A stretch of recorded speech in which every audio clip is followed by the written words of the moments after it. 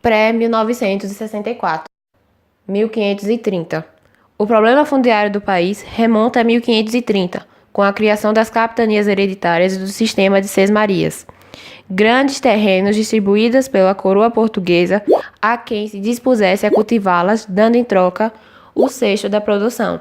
A partir daí, nascia o latifúndio. 1822. Com a independência do país, agravou-se o quadro. A troca de donos das terras se deu sob a lei do mais forte, em meio à grande violência. Os conflitos não envolviam trabalhadores rurais. Praticamente todos eram escravos, mas proprietários e grileiros apoiados por bandos armados. 1850. Só em 1850 o Império tentou ordenar o campo ao editar a Lei das Terras. Contudo, um dos dispositivos, a proibição de ocupar áreas públicas e a determinação de que para adquirir terras só mediante pagamento em dinheiro, reforçou o poder dos latifundiários ao tornar ilegais as posses de pequenos produtores. 1889. A instauração da República, um ano e meio após a libertação dos escravos, tampouco melhorou o perfil da distribuição das terras. O poder político continuou nas mãos dos latifundiários, os temidos coronéis do interior. Década de 1950. Surgiram no Nordeste as ligas camponesas e o governo federal criou a Superintendência de Reforma Agrária, SUPRA. Ambas foram duramente combatidas pelo establishment, a ordem ideológica, econômica, política e legal que constitui uma sociedade ou um Estado, dentro do quadro que resultou no golpe militar de 1964.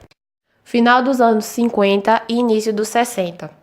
Apenas nesse período, com a industrialização do país, a questão fundiária começou a ser debatida pela sociedade, que se urbanizava rapidamente. 1964. Contraditoriamente, logo no início, o regime militar deu o primeiro passo para a realização da reforma agrária no país. O Estatuto da Terra é editado, Lei nº 4.504, de 1964, e são criadas o Instituto Brasileiro de Reforma Agrária, IBRA, e o Instituto Nacional de Desenvolvimento Agrário, INDA, em substituição à SUPRA, além da criação do Instituto Nacional de Colonização e Reforma Agrária, INCRA. Antigamente, o sistema de distribuição de terras era feito de forma injusta.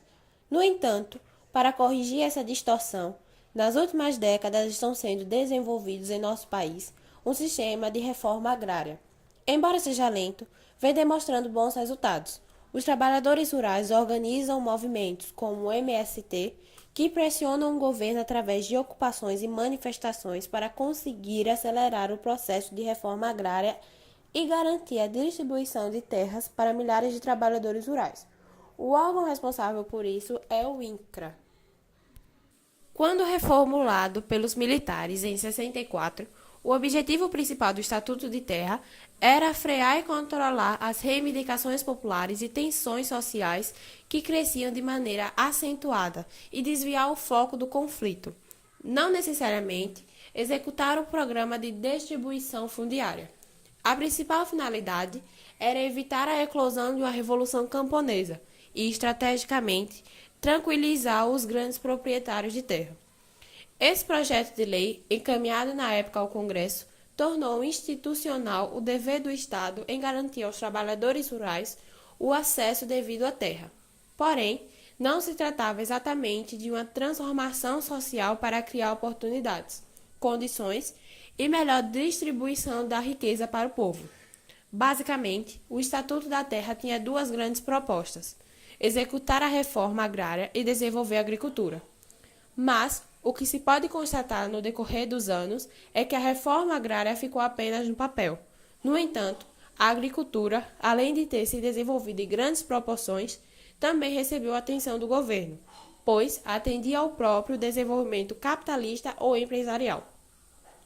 O Estatuto da Terra possui diversos aspectos positivos, entre eles o respeito à indenização de desapropriações de terra, a funcionalização, onde o minifúndio e o latifúndio são duas situações fundiárias consideradas impróprias, a utilização apropriada da terra pelo proprietário, de maneira que o usufruto das condições econômicas favorecesse os seus trabalhadores e, respectivamente, a família dos mesmos.